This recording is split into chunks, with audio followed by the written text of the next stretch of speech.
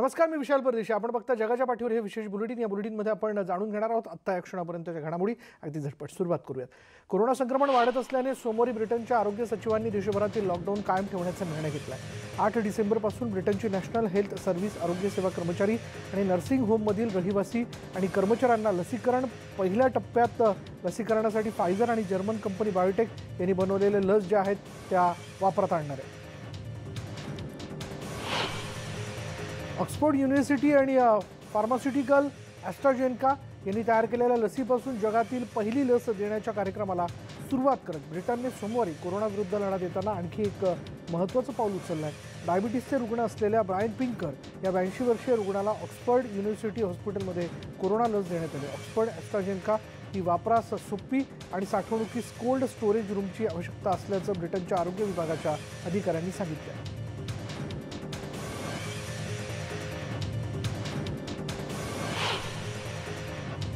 Nigerian शास्त्रज्ञांनी corona सुट्टीचा काळ देशातील कोरोना संक्रमण प्रकारांबद्दल अधिक जाणून घेण्यासाठी अनुवांशिक अनुक्रमांक प्रयोगशाळांमध्ये घालवला आहे. देशात कोविडची रुग्णसंख्या वाढताना दिसते. संडे ओमिलाबू यांनी कोरोना विषयाबद्दल माहिती गोळा केल्यामुळे कोरोना महामारीचा प्रसार रोखण्यासाठी मदत झाल्याचं नायजेरियातील रोग नियंत्रक आणि प्रतिबंधक केंद्रानं स्पष्ट केलं.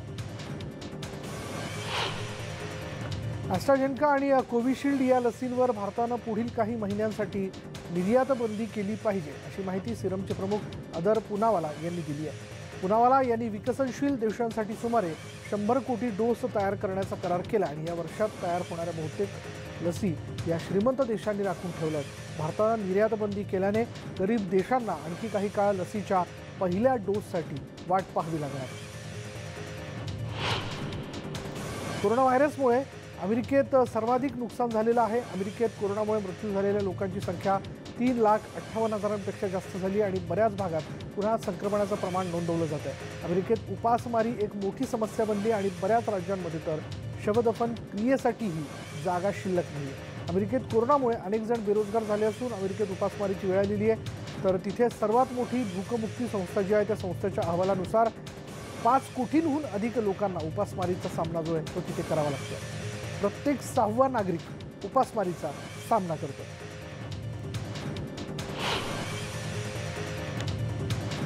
अमेरिकेत गेल्या काही दिवसांमध्ये अपेक्षेपेक्षा कमी गोंधळात कोविड-19 विरोधी लसीकरण करण्यात आलं आणि लसीचे डोस दिलेल्या अमेरिकन नागरिकांची संख्या 4 दशलक्ष झाल्याचं डॉक्टर अँथनी फौसी यांनी रविवारी स्पष्ट केलं.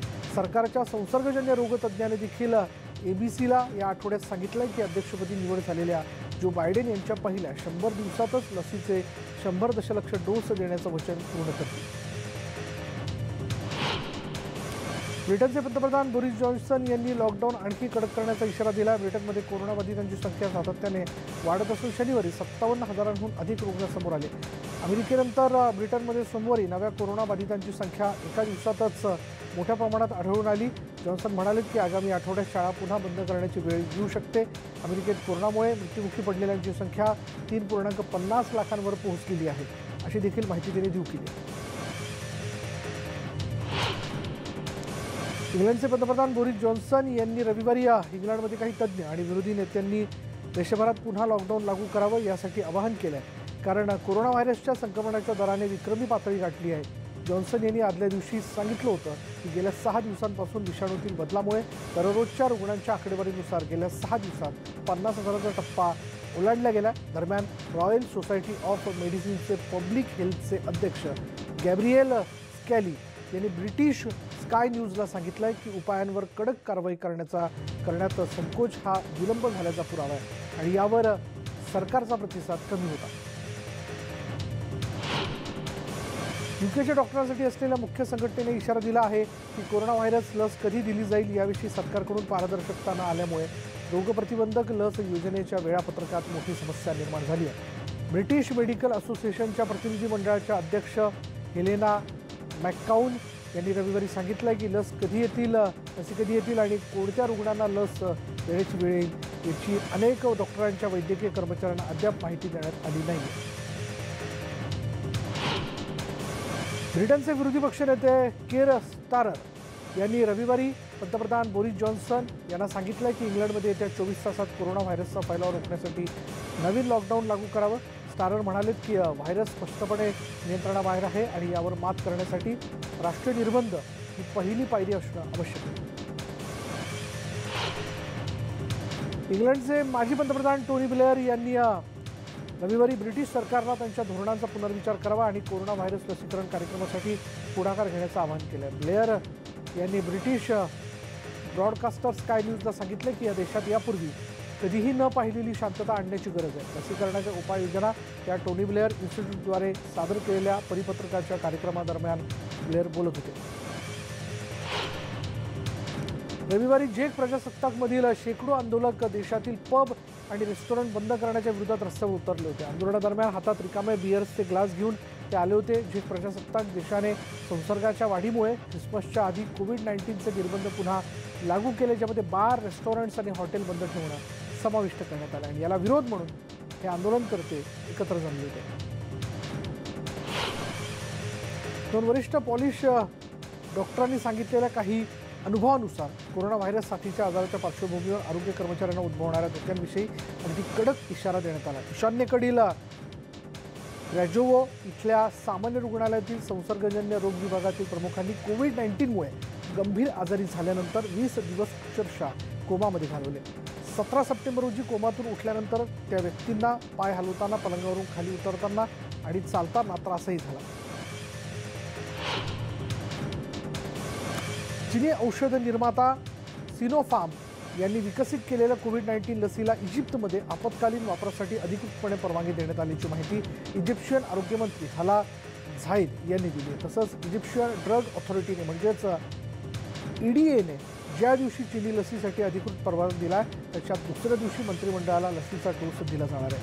10 डिसेंबर 2020 रोजी इजिप्तला सिनोफार्म लसीच्या पहिल्या टप्प्याचे डोस देणार. सध्या अस्तित्वात असलेली लस कोरोना विषाणूच्या नव्या प्रकारावर परिणामकारक ठरेल असा कोणताही पुरावा नसल्याचं चीनमधील वैद्यकीय तज्ज्ञांनी सांगितलं. रविवारी मध्यप्रदेशी बोलताना त्यांनी माहिती दिली. तर कोरोना विषाणूच्या नव्या प्रकारावरही ही लस काम करू शकेल असं Chinese centre for disease control and prevention लसीकरण नियोजनाचे मुख्य तज्ज्ञ वांग हुआकिंग यांनी सांगितलं. पोप फ्रान्सिस यांनी रविवारी संवाद साधत असताना दुःख व्यक्त केलं. एकीकडे कोरोनामुळे अनेक जण आर्थिक संकटाचा सामना करतात तर अनेकांना कोरोनाचा संसर्ग मोठ्या प्रमाणात होताना दिसतो. नागरिक आजारी पडत आहेत. रुग्णालयांमध्ये असताना दुसरीकडे बरेच जण सुट्ट्याचा आनंद लुटत आहेत आणि हे चित्र दुःख देणारं असल्याचं त्यांनी म्हटलेलं आहे. व्हॅटिकन इथे दुपारच्या प्रार्थनेच्या भाषणादरम्यान पोप फ्रान्सिस यांनी हा संवाद साधला. गेल्या 24 तासात लॅटिन अमेरिकेतील देशांमध्ये जवळपास 1,57,00,000 कोरोना रुग्णांची नोंद झाली आणि यातील ब्राझील देशात सर्वाधिक कोरोनाचा प्रादुर्भाव असून जवळपास 70 लाखांहून अधिक कोरोना रुग्ण आहेत. गेल्या 24 तासात 314 कोरोना रुग्णांचा मृत्यू झाला असून आतापर्यंत 1,95,725 कोरोना रुग्णांचा बळी दिलेला आहे. साओ पावलोमध्ये आतापर्यंत 46,808 रुग्णांचा मृत्यू झाला असून एकूण रुग्णांचा आकडा 14,67,953 इतका आहे. तर रिओ दे जानेरिओमध्ये 25,608 रुग्णांचा मृत्यू झाला आहे. तर एकूण कोरोना रुग्णांचा आकडा 4,35,604 वर गेला. चीनच्या बीजिंगमध्ये कोरोना लसीच्या 73,537 डोसचं लसीकरण करण्यात आलं असून आतापर्यंत कोणतीही प्रतिकूल परिस्थिती आढळली नसल्याचं माहिती जी आहे ती स्थानिक प्रशासनाने देऊ केली आहे. जवळपास 220 ठिकाणी लस देण्याची सुविधा करण्यात आल्याची माहिती बीजिंगच्या नगरपालिका आरोग्य आयोगाचे प्रवक्ते गाओ जियाओझुन यांनी दिली आहे. 1 आणि 2 जानेवारी दरम्यान लसीचे 73,567 डोस जे आहेत ते देण्यात आले. नागरिकांना लस घेण्यासाठी ऑनलाईन रजिस्ट्रेशन करता येणार आहे. 12 फेब्रुवारीपर्यंत पहिल्या टप्प्यातील नागरिकांना लस दिली जाणार असून लसीचा दुसरा टप्पा त्यानंतर सुरू केला जाईल. बीजिंगमध्ये 73,000हून अधिक नागरिकांचं लसीकरण करण्यात आल्याची माहिती आहे. सरकारने सिनोफार्मची लस मंजूर केल्यानंतर लसीकरण मोहिमेला प्रारंभ झाला. वैद्यकीय कामगार, कोल्ड चेन, लॉजिस्टिक वर्कर्स आणि कस्टम इन्स्पेक्टर यांच्यासह सर्वाधिक जोखमीच्या परिस्थितीत काम करणाऱ्यांना पहिल्यांदा लस दिली जाणार आहे. बीजिंगमधील चाओयांग म्युझियम ऑफ अर्बन प्लॅनिंगमध्ये तात्पुरती स्वरूपात लसीकरण जागेत जी आहे त्याचं रूपांतर करण्यात आलं आहे, जिथे दिवसाला 1,000 लोक एकत्र येऊ शकतात. शेजारच्या 42 ठिकाणांमधील नागरिकांना या ठिकाणी लस दिली जाणार आहे.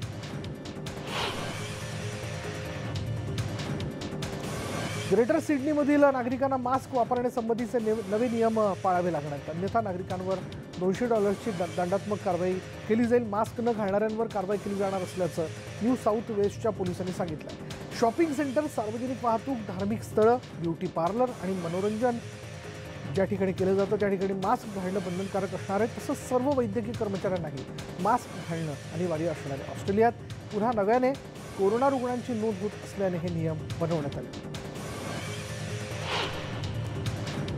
जगातील अनेक श्रीमंत देश कोरोना लसीकरणाची तयारी करत असताना सोमालियासारख्या गरीब देशात जिथे कोरोना महामारीचा गांभीर्याने विचार करणं गरजेचं आहे, काही जणांना कोरोना संक्रमण काळात योग्य ते उपचार मिळणं कठीण झाले। सोमालियामध्ये कोरोनाचा कहर पाहायला मिळतो। ब्रिटनचे पंतप्रधान बोरिस जॉन्सन यांनी लॉकडाऊन आणखी कडक करण्याचा इशारा दिला। ब्रिटनमध्ये कोरोनाबाधितांची संख्या सातत्याने वाढत असून शनिवारी 57,000हून अधिक रुग्ण समोर आले। अमेरिकेनंतर ब्रिटनमध्ये सोमवारी नव्या कोरोनाबाधितांची संख्या एका दिवसातच मोठ्या प्रमाणात आढळून आली। जॉन्सन म्हणाले की आगामी आठवड्यात शाळा पुन्हा बंद करण्याची वेळ येऊ शकते। अमेरिकेत कोरोनामुळे मृत्युमुखी पडलेल्यांची संख्या साधारण 3.50 लाखांवरती पोहोचली आहे। शनिवारी अमेरिकेत 2.91 लाख रुग्ण जे आहेत ते समोर आलेले आहेत, तर 2,373 रुग्णांनी आपले प्राण गमावले। इबोला विषाणूचा शोध लावणाऱ्या वैज्ञानिकांनी संपूर्ण जगाला नवा इशारा दिला आहे। कोरोनापेक्षाही धोकादायक अशा विषाणूचा सामना करण्यासाठी जगाने तयार राहावं असं मत वैज्ञानिक जीन जॅक्स मुएम्बे यांनी व्यक्त केलं आहे। जीन यांनी या आजाराला डिसीज एक्स असं म्हटलेलं आहे। जगातील अनेक देशांमध्ये या आजाराचे रुग्ण असून कांगोमध्येही या आजाराने अनेक रुग्ण आढळून येत असल्याचा दावा जीन यांनी केला आहे। आणि हा नवा विषाणू जास्त धोकादायक असण्याबरोबरच तो मोठ्या प्रमाणात नुकसान करणाराही ठरणार आहे असंही जीन म्हणाले। विकिलीक्सचे संस्थापक जुलियन असांजे यांनी सोमवारी सकाळी लंडनच्या मध्यवर्ती फौजदारी न्यायालयात त्यांच्याविरोधात गुन्हा दाखल करण्यात आला। असांजे यांच्यावर अमेरिकेतील लष्करात हेरगिरी करण्यात आल्याचा आरोप केला होता। जिल्हा न्यायाधीश व्हेनेसा बारेस्टर यांनी हा प्रकारच अधिक शहानिशा या प्रकाराची अधिक शहानिशा करायला सांगत 3 आठवड्यांनंतर त्यांना कोर्टात हजर राहण्याचे आदेश दिले। अध्यक्ष डोनाल्ड ट्रम्प यांचे प्रसारमाध्यमांशी असलेले संबंध सुरुवातीपासूनच अतिशय टोकाचे होते। निवडून येण्यापूर्वीच डोनाल्ड ट्रम्प यांनी वारंवार माध्यमांच्या एकांगी भूमिकेवरती टीका करणं सुरू केलं आणि ते राष्ट्रपती या नात्याने ट्रम्प यांची धोरणं आणि वादग्रस्त वक्तव्य यांनी त्यांना चर्चेत ठेवलंय। परंतु 20 जानेवारीला जो बायडन यांनी पदभार स्वीकारल्यानंतर ट्रम्प यांना तेच मीडिया कव्हरेज मिळेल का हा प्रश्न ज्येष्ठ पत्रकार केटी क्युरिक यांनी मांडला।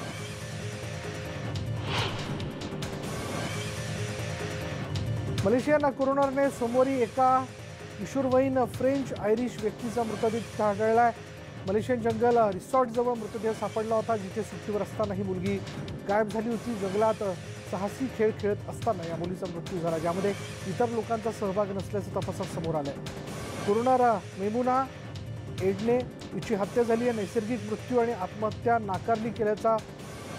केली असल्याचा अंदाज जो आहे तो नाकारण्यात आलेला आहे। जंगलामध्ये हरवल्याने या मुलीचा मृत्यू झाल्याचं स्पष्टीकरण मलेशियन पोलिसांनी दिलं। अमेरिकेचे राष्ट्राध्यक्ष डोनाल्ड ट्रम्प यांनी जॉर्जियाच्या निवडणूक प्रमुखांकडे राज्यातील जो बायडेन यांचा विजय मागे घेण्याची विनंती केली आणि ट्रम्प यांच्या विजयासाठी पुरेशी मतं शोधावी असा सल्ला दूरध्वनीद्वारे अधिकाऱ्यांना दिला। शनिवारी झालेल्या संभाषणात निवडणुकीच्या निकालावर विपरीत परिणाम म्हणून एखाद्या राज्यातील अधिकाऱ्यांवर दबाव आणण्यासाठी विद्यमान अध्यक्षांनी केलेल्या अभूतपूर्व प्रयत्नांना एक आश्चर्यकारक पाऊल म्हणावं लागेल, ज्यामुळे ट्रम्प यांचा डेमोक्रॅटिक पक्षाचे उमेदवार जो बायडेन यांच्याकडून त्यांना पराभवाला सामोरं जावं लागलं। अमेरिकेच्या उपराष्ट्रपती निवड झालेल्या कमला हॅरिस यांनी रविवारी जॉर्जियाच्या सेक्रेटरींना म्हटलंय की अध्यक्ष डोनाल्ड ट्रम्प यांच्या फोनवरून मतांची विनंती ही सत्तेचा गैरवापर आहे। शनिवारी झालेल्या राष्ट्राध्यक्ष आणि जॉर्जियाचे राज्य सचिव ब्रॅड राफेन्सबर्गर यांच्यात झालेल्या संभाषणात ट्रम्प यांनी अनेक खोटे दावे आणि बनावट मतं आपल्यासोबत आणली असा आरोप केला आणि राफेन्सबर्गर यांना आपल्या विजयासाठी पुरेशी मतं शोधावी असं सुचवलं।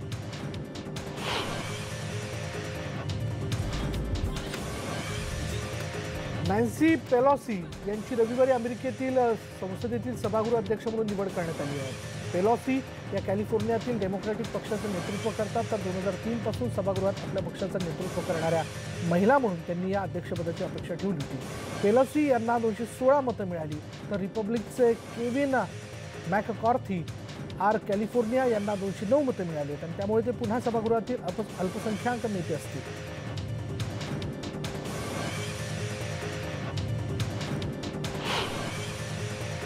स्पेनमध्ये आपल्या घरी जाण्यासाठी ब्रिटनमधले अनेक जण प्रयत्न करतात, मात्र त्यांना दक्षिण युरोपीय देशात जाणाऱ्या विमानांमध्ये चढण्यापासून रोखण्यात आलं. एअरलाईन्सने कागदपत्रांच्या आधारे नकार दिला, जे ब्रेक्झिटच्या आधी त्यांच्या निवासस्थानाचे प्रमाण होते. कोरोना व्हायरसच्या नव्या प्रकारामुळे प्रवाशांवर निर्बंध लादले जातात. कोरोनामुळे जपानमध्ये अर्थविश्वावर त्याचा मोठा परिणाम होताना बघायला मिळतोय. जपानचं शेअर मार्केट आज नवीन वर्षाच्या पहिल्या आठवड्यात 131.40 अंकांनी घसरलंय. टोकियो स्टॉक एक्सचेंजच्या बाजारपेठेत घसरण झाली असून जपान सरकार टोकियो आणि त्याच्या आसपासच्या प्रदेशांना कोरोना विषाणूच्या पार्श्वभूमीवर देशभर आपत्कालीन स्थितीची घोषणा करण्याचा विचार करत आहे.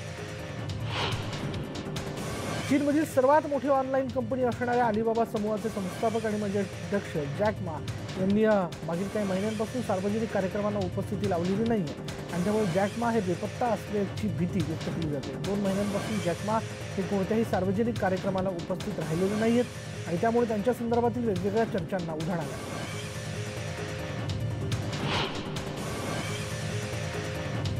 सीएनएनचे माजी talk show host Larry King एका आठवड्यापेक्षा जास्त कालावधीसाठी कोरोना उपचाराकरता लॉस एंजलिसच्या सीडर्स सिनाई मेडिकल सेंटरमध्ये उपचाराकरता गेलेले आहेत. लॅरी किंग यांनी मागील काही वर्षांपासून मधुमेह आणि फुफ्फुसांच्या कर्करोगाचं त्यांना निधन झालं होतं, अशी माहिती सीएनएनच्या प्रतिनिधींनी दिली.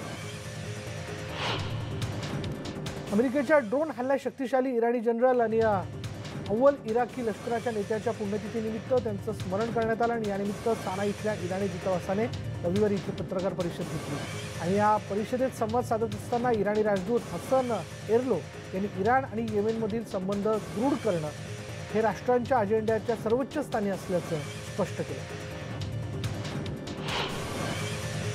अमेरिकेच्या ड्रोन हल्ल्यात शक्तिशाली इराणी जनरल आणि अव्वल इराकी लष्कराच्या नेत्यांचा मृत्यू झाला होता आणि त्यांचं स्मरण करण्यासाठी आणि त्यांना श्रद्धांजली वाहण्यासाठी रविवारी बगदादमधील महत्त्वाच्या मध्यवर्ती चौकात अनेक जण एकत्र जमले होते.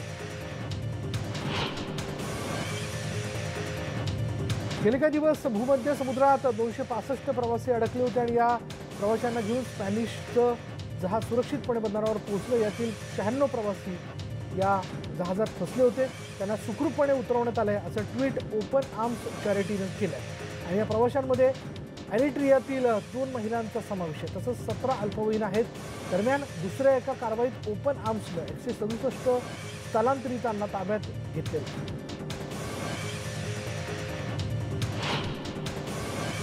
यानंतर जगाच्या पाठीवर या विशेष बुलेटिनमध्ये वेळ झाला का ब्रेक घेऊयात. पहा फक्त न्यूज 18 लोकमत.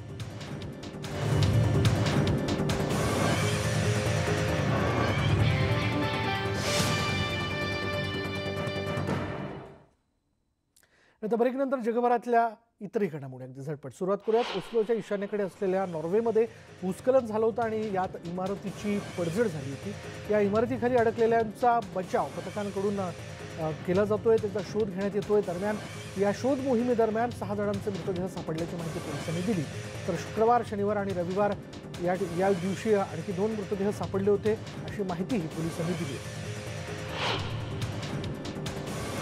नॉर्वेमधील भूस्खलनाच्या घटनेत डझनभर घरं नष्ट झाली आहेत आणि तसंच बळींची संख्याही वाढली आहे. या ठिकाणी किंग हराल्डा 5वा, क्वीन सोन्जा आणि किरीट प्रिन्स हॅकॉन यांनी भेट दिलेली आहे आणि आदरांजली वाहिली.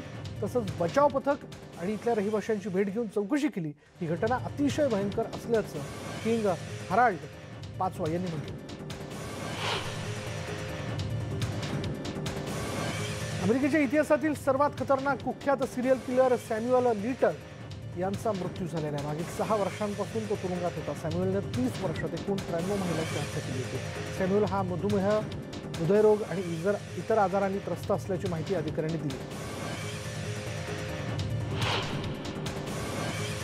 नेपाळचे पंतप्रधान खडगा प्रसाद ओली यांच्या समर्थनार्थ काठमांडूमध्ये हजारो लोकांनी मोर्चा काढला। पंतप्रधानांच्या सूचनेनुसार 20 डिसेंबर रोजी नेपाळची संसद विसर्जित करण्यात आल्यानंतर आणि एप्रिल त्याचबरोबर मेच्या 2021च्या नवीन निवडणुका ज्या आहेत त्या बोलवण्यात आल्यात नंतर अनेक सरकारविरोधी मोर्चे काढण्यात आले।